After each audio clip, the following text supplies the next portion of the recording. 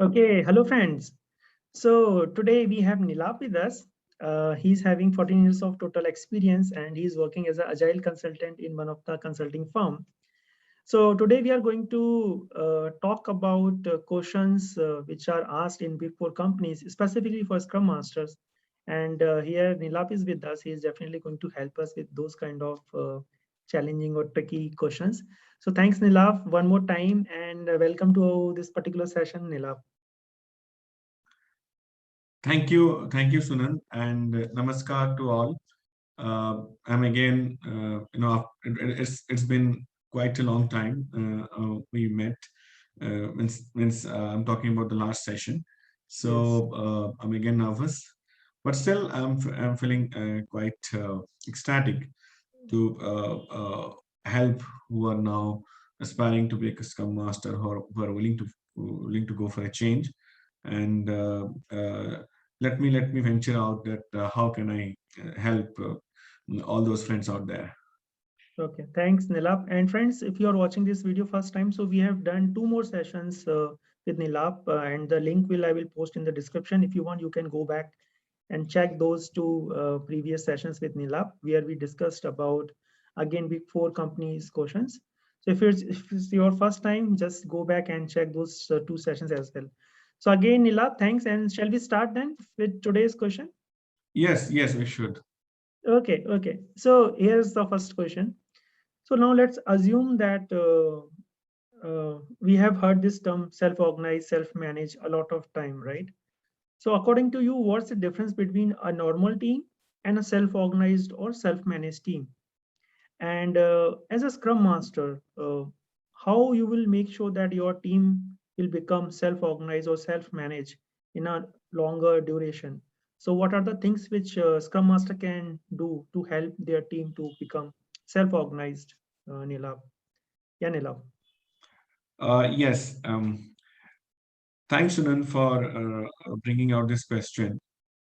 First of all, let me explain that when a question like this will come up, normally, even I've been asked this question in many of my interviews as a candidate.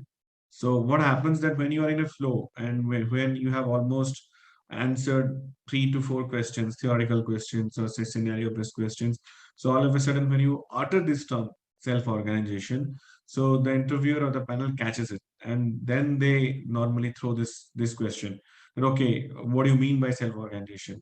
How a team is different from how a self-organized team is different from being self-organized or what?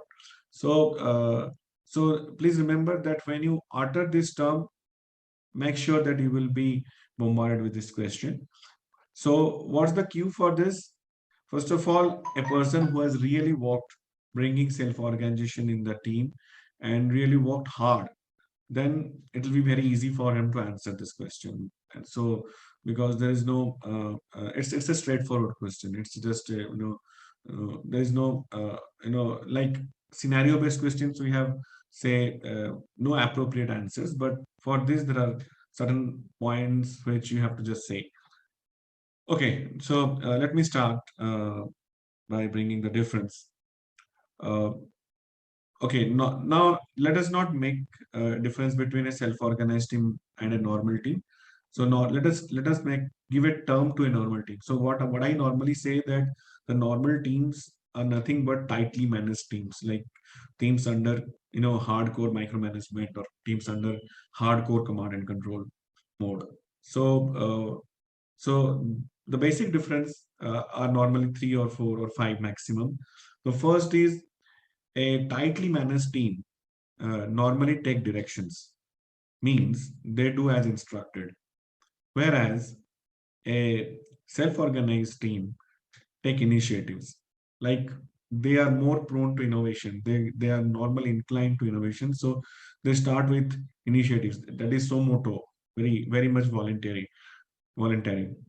Then the second is, as I said, that the tightly managed teams wait for work to be assigned to them. They just go and do their routine work and they wait when they are being instructed to do certain things.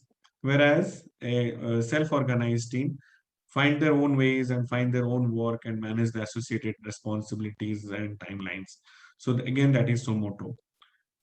Then in a tightly managed team, as they are being assigned, so they seek individual reward when they accomplish something, when they complete something, they are more, into their hunger for reward is more. Okay. Whereas in a self-organized team, they mainly focus on the team contributions. They are highly team centric. So, of course, there is a very hidden desire for, say, accolades or reward, but they just don't exhibit it. Whereas in tightly managed teams, team members exhibit it.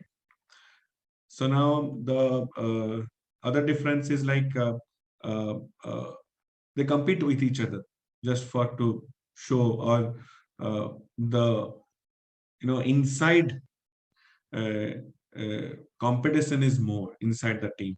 Whereas in a self-organized team, cooperation is more.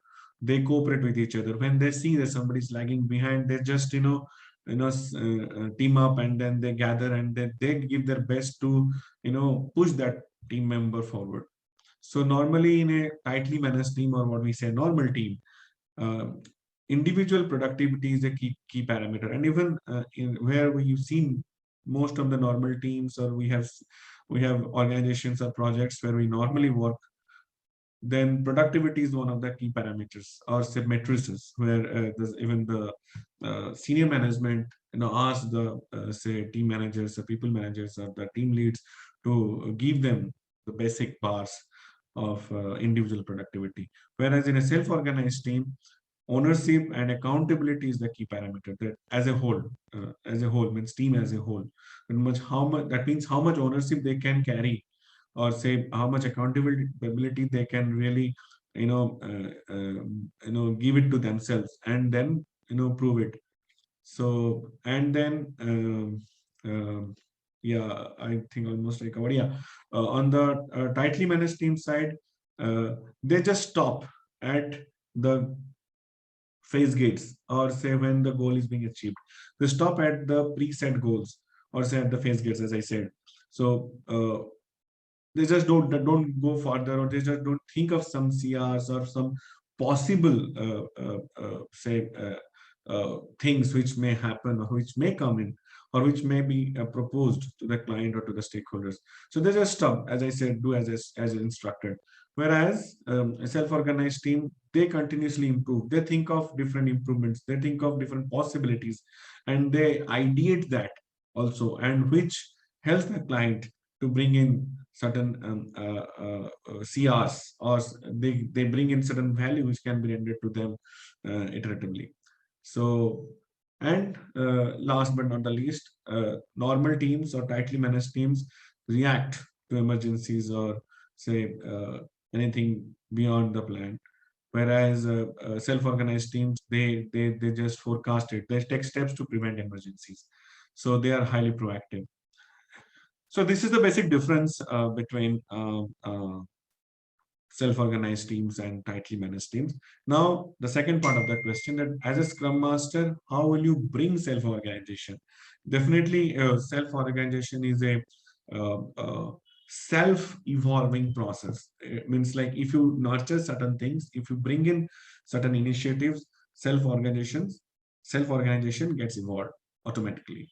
So the basic, 10 points are there. Like first, as a Scrum Master, you allow them to speak. Normally in different demographies, we have seen different patterns of working. Teams in US work in a different manner. Teams in India works in a different manner. Teams in China work in a different manner. Teams in Britain works in a different manner. So normally, okay, I'm talking about the Indian scenario. Here, people just sit idle, not idle, they just shy out to say something. So you just encourage them to speak something. You allow them if they have something, and if you allow them, if you encourage them, you will see beautiful ideas are coming out. And respect, bring the sense of respect in the team, be it anything, be it a personal situation, be it a failure, be it an attempt which has not gone, or which has not yielded results. Still you respect that somebody has tried something. Somebody has got a scenario. Somebody has a situation. Respect it. So that means you need to have a lot of empathy within each other, or you encourage that culture, being empathetic towards each other.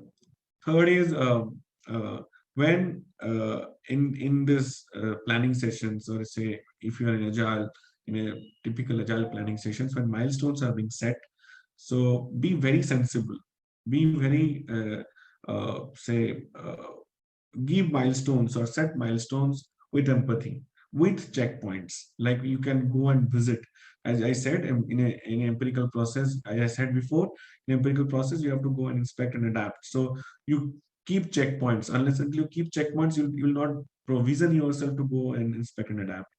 So then fourth is uh, uh, encourage their talent. Let members leverage their own talent. That means somebody has something and he has not been nurtured well, or he has not got the opportunity. So please identify that and allow them to leverage their own talents. So when they start doing that, don't interrupt. This is the other fifth point. Don't interrupt people, doing so. When they have already started, don't just stop them. Have patience. Nothing is going to get upside down. So please wait and see that if they have started what they are doing. Unless and until they reach some point, don't interrupt them. So and again, the sixth point, communication. That means everything is going fine, but their inter-team and intra-team communication is zero. Then that will never bring self-organization. So you facilitate the information exchange procedure through meetings, or because I have seen communicating with each other is an issue with members. I have seen with my fellow team members. I have seen everywhere in my family also, like just picking the phone call and letting them know, or just pinging, or just dropping a mail, or something, or even when they're handing over the work, they don't do that. They don't do voluntarily. They don't do by Somoto. They wait again. Okay, somebody will ask me, and then I'll do.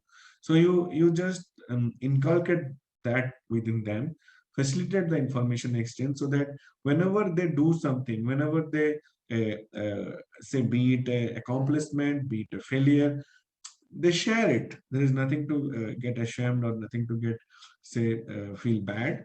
Whatever information they have, so you just stop, you know creating pseudo silos.